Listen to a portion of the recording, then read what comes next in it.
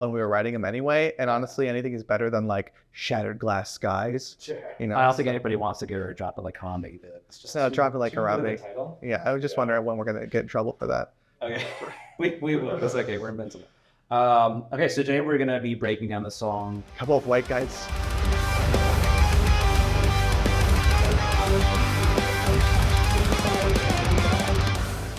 One thing I really like about this though is that this whole part never happens again. It's just the whole rest of the song has nothing to do with it. But yeah, and probably by the time we wrote this, we had already written so many proggy songs and so many notes and chords and chord progressions. It's just like, you know what, like let's do something just that just like sits in the pocket and is a lot of fun. And I don't know if this is entirely true, but after the burial, I think they tend to do things like this, where it's just like, you know what, let's just put a sick riff here just because it's going to be sick when we play it live, and let's never revisit it.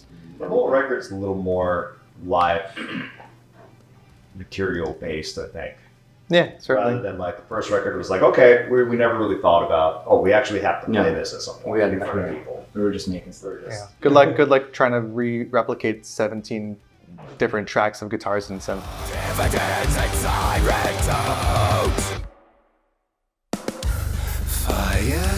This was such a fun part to write, because I don't know if I've like ever written a melody over a part that was so stripped down, let alone live drums and a synth.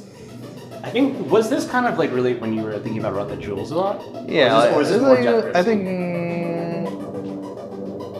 I don't know. I don't really remember. I kind of remember what happened. You saw Death Grips. I saw Death Grips and I was like on came down a to the kick. studio. Yeah. We were getting together every Saturday, and you saw them on like the Friday. You're like, okay, I'm gonna, you know. Yeah. I mean, if we were to take that and put like Zach Hill shredding drums on top of it and like an aggressive hip hop vocalist, we'd be pretty close to a Death Grips. That's kind of what you had in mind originally. It was kind of like a hip hoppy whole thing.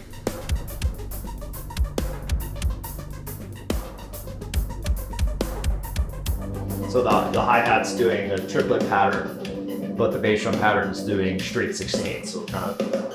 Yeah, it's wacky. Jagged.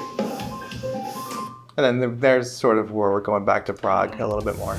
They're sustaining functional battlegrounds, cultivating highest for prison. So it's pretty much about the mass incarceration issue in America, essentially the evolution of slavery in our country, you know, going from very overt, you know, people being property type of deal to very covert. Now, private prisons are raking in a shitload of money, and they have prisoners working for 9 cents an hour, or in some states like Texas, for free completely.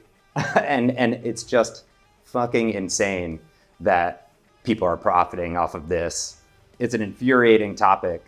And so this song is super mad and super aggressive.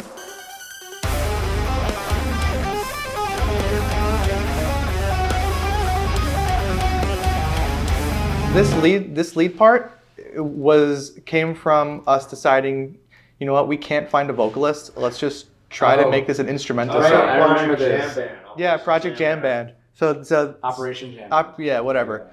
So this was like gonna be, okay, let's just put like a melody here because we don't have a vocalist and maybe it'll work, and then we just kind of kept it.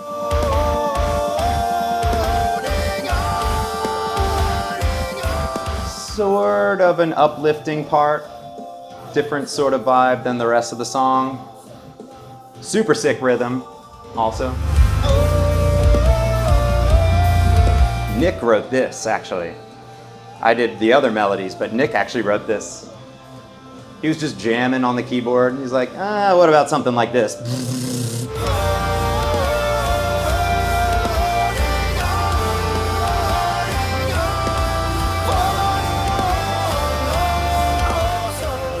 was this one part where you're like, I don't want jazz, and I said, put the jazz there, can you eat the jazz, or you just, oh, it happened? I don't remember. I was listening to something with Jimmy Haslip or something. I don't remember the band, but there was like something. I remember the and track I was like, oh shit, For some reason, this like could work at the end of Tambora.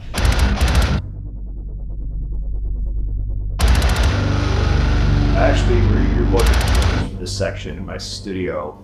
I recorded the original part at an oops, and then you did a solo on top of it. I think I just played to a track with no solo. And eventually what I was playing wasn't really lining up with what you were doing, so I just redid it. Yeah, I think a lot of the solos in this record, we kind of went through like a bunch of iterations on them, kind of felt them out. If I were to play that solo now, I probably would do it a little bit differently because it's kind of old. But I mean, it's cool. I mean, I'm cool with like having like a representation of a stamp in time and listening back to it. I know I was kind of committed to doing something not in like the prog style, but more like a Kurt Rosenwinkel kind of thing.